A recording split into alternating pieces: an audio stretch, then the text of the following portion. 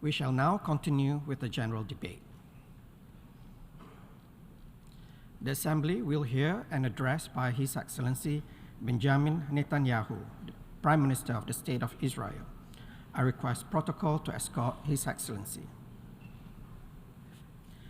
I have great pleasure in welcoming His Excellency Benjamin Netanyahu, Prime Minister of the State of Israel. I invite him to address the Assembly.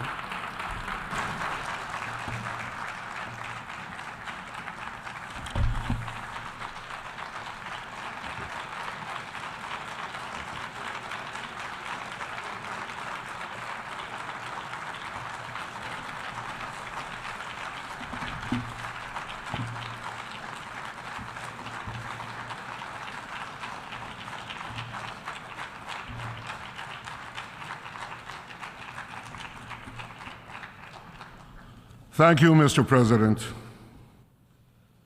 Ladies and gentlemen, over 3 millennia ago, our great leader Moses addressed the people of Israel as they were about to enter the Promised Land.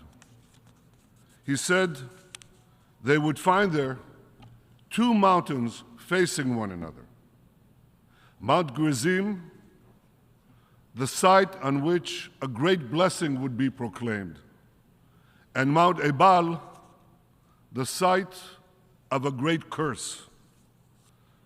Moses said that the people's fate would be determined by the choice they made between the blessing and the curse.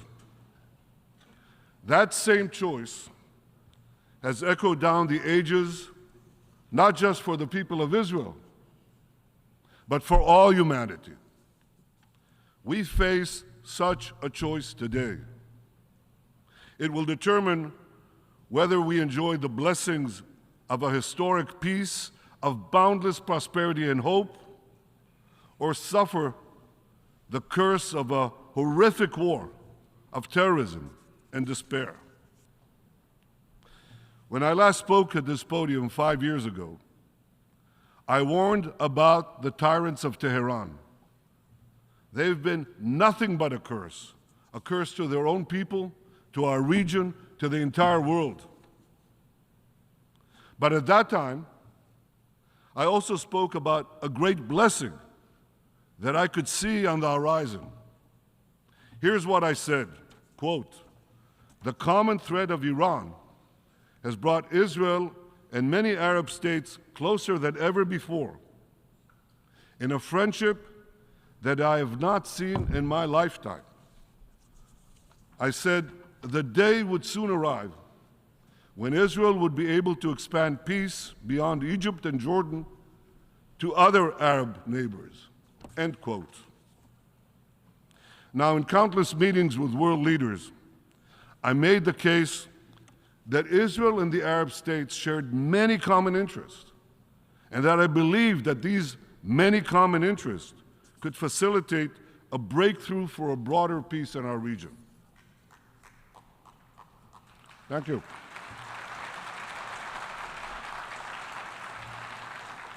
Well, you applaud now, but at the time, many dismissed my optimism as wishful thinking. Their pessimism was based on a quarter century of good intentions and failed peacemaking. And why was this? Why were these good intentions? Why did they always meet failure? Because they were based on one false idea, that unless we first concluded a peace agreement with the Palestinians, no other Arab state would normalize its relations with Israel. I've long sought to make peace with the Palestinians, but I also believed that we must not give the Palestinians a veto over new peace treaties with Arab states. The Palestinians could greatly benefit from a broader peace. They should be part of that process, but they should not have a veto over the process. And I also believe that making peace with more Arab states would actually increase the prospects of making peace between Israel and the Palestinians. See, the Palestinians are only 2% of the Arab world. As long as they believe that the other 90% will remain in a warlike state with Israel, that larger mass, that larger Arab world could eventually choke, dissolve, and destroy the Jewish state.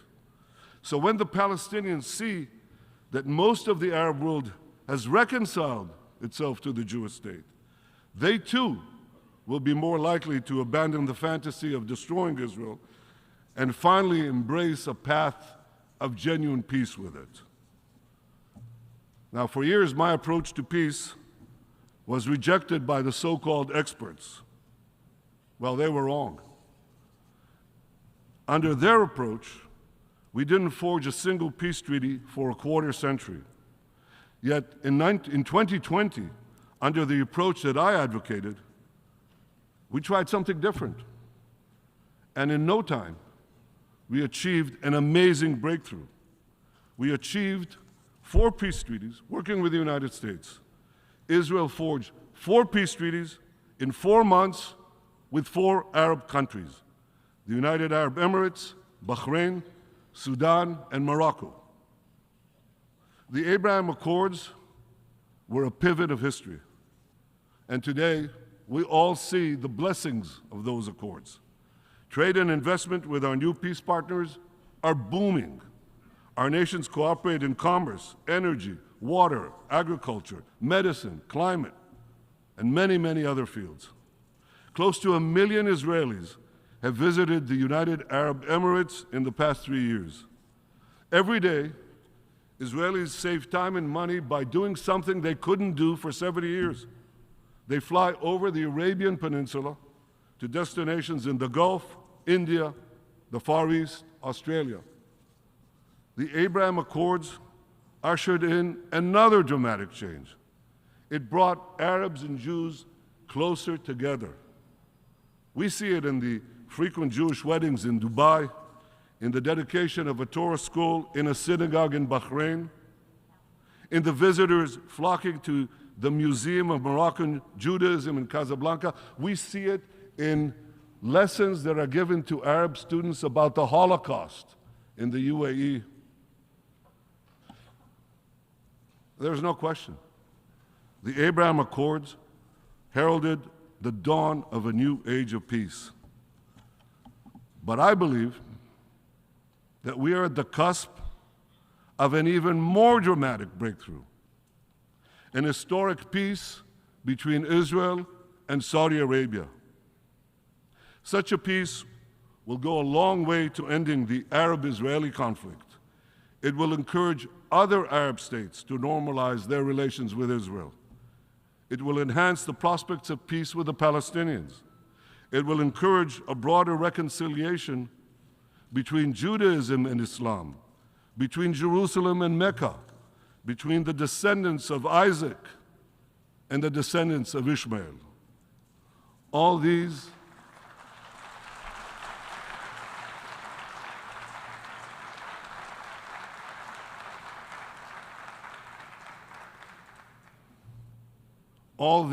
are tremendous blessings. 2 weeks ago, we saw another blessing already in sight. In the G20 conference, President Biden, Prime Minister Modi, and European and Arab leaders announced plans for a visionary corridor that will stretch across the Arabian Peninsula and Israel. It will connect India to Europe with maritime links, rail links, energy pipelines, fiber optic cables. This corridor will bypass maritime checkpoints, or choke points rather, and dramatically lower the cost of goods, communication, and energy for over 2 billion people. What a historic change for my country. You see, the land of Israel is situated in the crossroads between Africa, Asia, and Europe. And for centuries, my country was repeatedly invaded by empires passing through it in their campaigns of plunder and conquest elsewhere. But today, as we tear down the walls of enmity, Israel can become a bridge of peace and prosperity between these continents. peace between Israel and Saudi Arabia will truly create a new Middle East.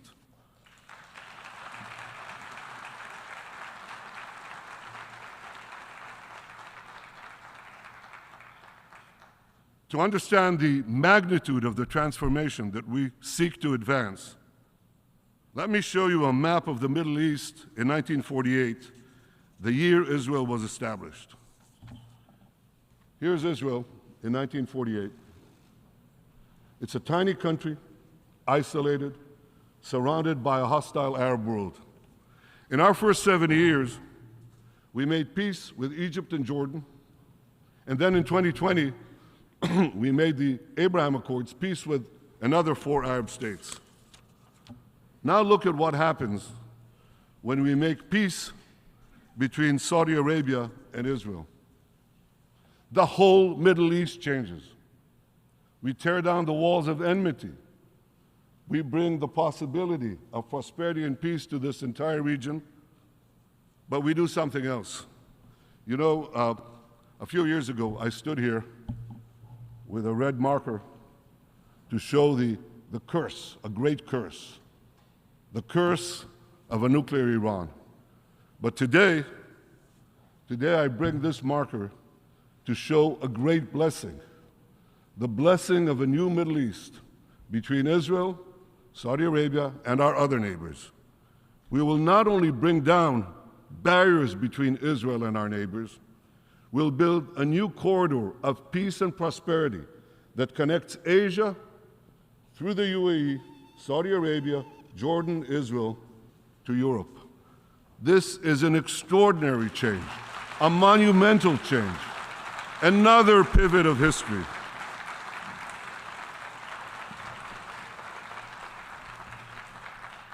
Now, as the circle of peace expands, I believe that a real path towards a genuine peace with our Palestinian neighbors can finally be achieved. But there's a caveat. It has to be said here, forcefully. Peace can only be achieved if it is based on truth. It cannot be based on lies. It cannot be based on endless vilification of the Jewish people. Palestinian leader Mahmoud Abbas must stop spreading the horrible anti-Semitic conspiracies against the Jewish people and the Jewish state.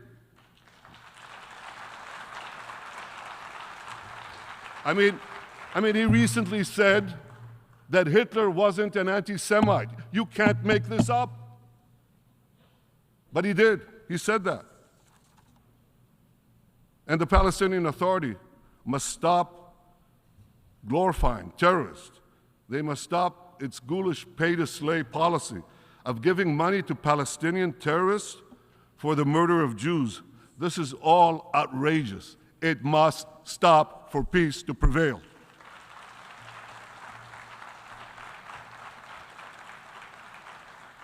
And anti-Semitism must be rejected wherever it appears, whether on the left or on the right, whether in the halls of universities or in the halls of the United Nations.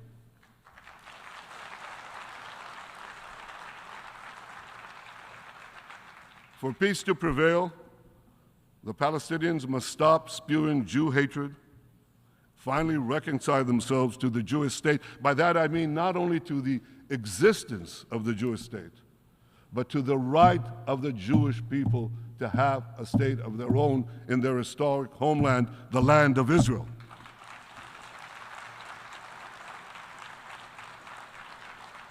And let me tell you, the people of Israel yearn for such a peace. I yearn for such a peace. As a young soldier over half a century ago, my comrades and I in Israel's Special Forces faced mortal dangers on many fronts, on many battlefields, from the warm waters of the Suez Canal to the frozen slopes of Mount Hermon, from the banks of the Jordan River to the tarmac of Beirut Airport. These experiences and other experiences taught me the cost of war. A fellow soldier was killed next to me. Another died in my arms. I buried my older brother. Those who have personally suffered the curse of war can best appreciate the blessings of peace. Now, there are many hurdles on the path to peace. There are many hurdles on the extraordinary path to peace that I've just described. But I'm committed to doing everything I can to overcome these hurdles, to forge a better future for Israel and all of our peoples, all the peoples in our region. 2 days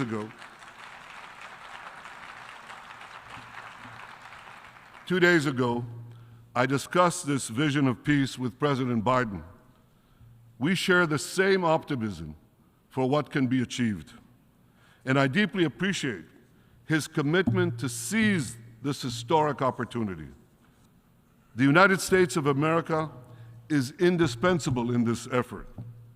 And just as we achieved the Abraham Accords with the leadership of President Trump, I believe we can achieve peace with Saudi Arabia with the leadership of President Biden.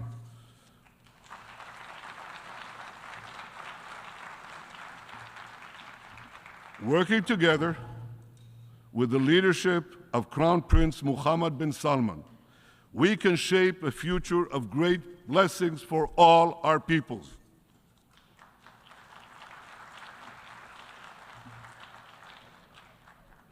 Now, you know, ladies and gentlemen, you know there's a fly in this ointment, because rest assured, the fanatics ruling Iran will do everything they can to thwart this historic peace.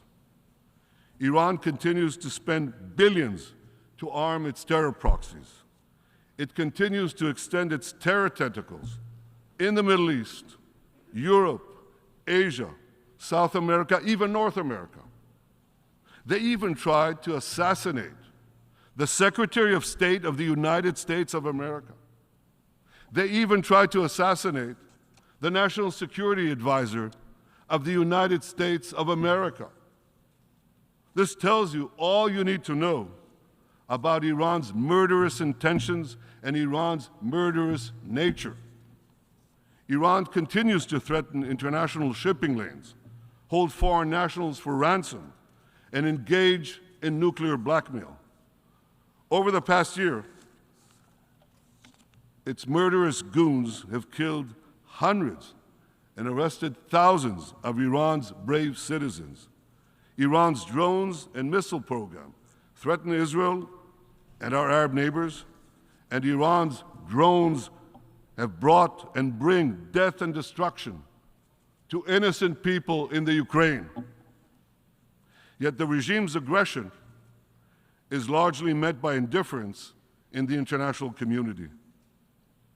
8 years ago, the Western powers promised that if Iran violated the nuclear deal, the sanctions would be snapped back. Well, Iran is violating the deal, but the sanctions have not been snapped back. To stop Iran's nuclear ambitions, this policy must change. Sanctions must be snapped back. And above all, Iran must face a credible nuclear threat. As long as I'm Prime Minister of Israel, I will do everything in my power to prevent Iran from getting nuclear weapons.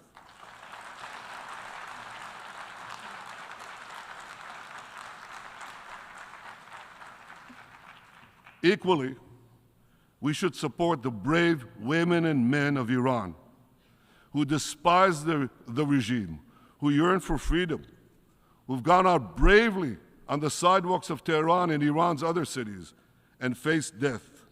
It is the people of Iran, not their oppressors, who are our real partners for a better future.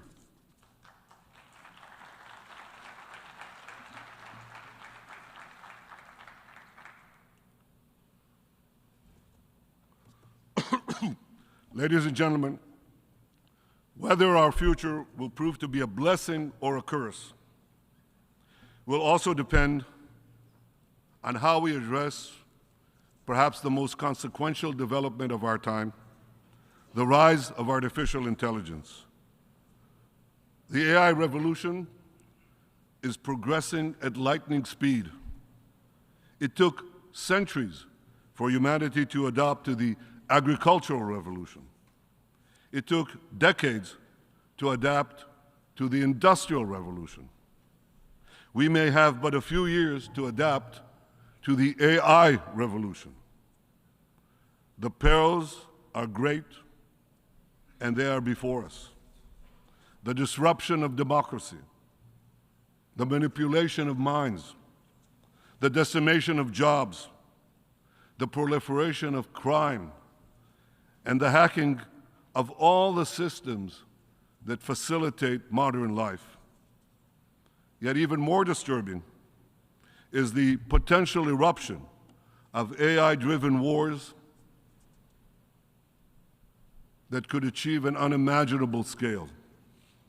And behind this perhaps looms an even greater threat, once the stuff of science fiction, that self-taught machines could eventually control humans instead of the other way around.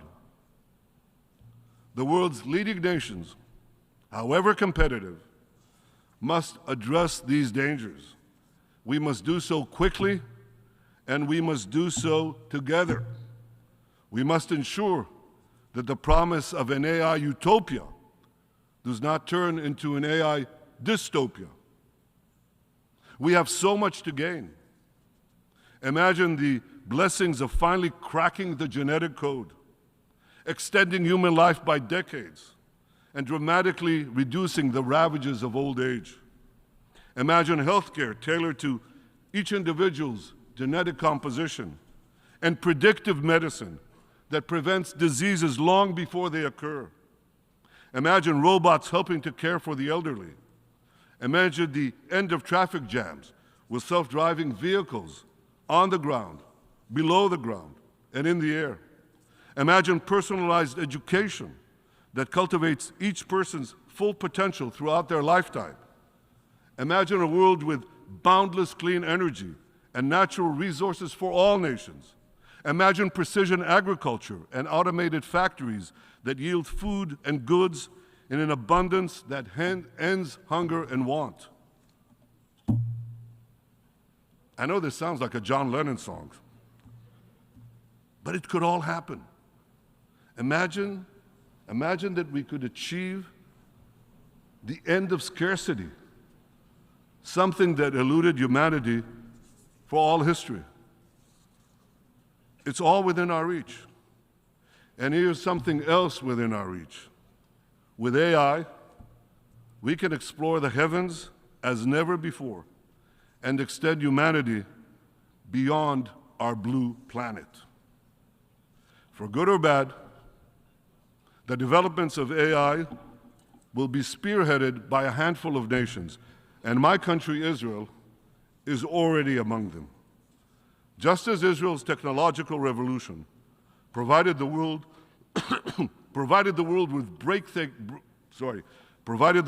breathtaking innovations, I'm confident that AI developed by Israel will once again help all humanity. I call upon world leaders to come together to shape the great changes before us, but to do so in a responsible and ethical way. Our goal must be to ensure that AI brings more freedom and not less, prevents wars instead of starting them, and ensures that people live longer, healthier, more productive, and peaceful lives. It's within our reach.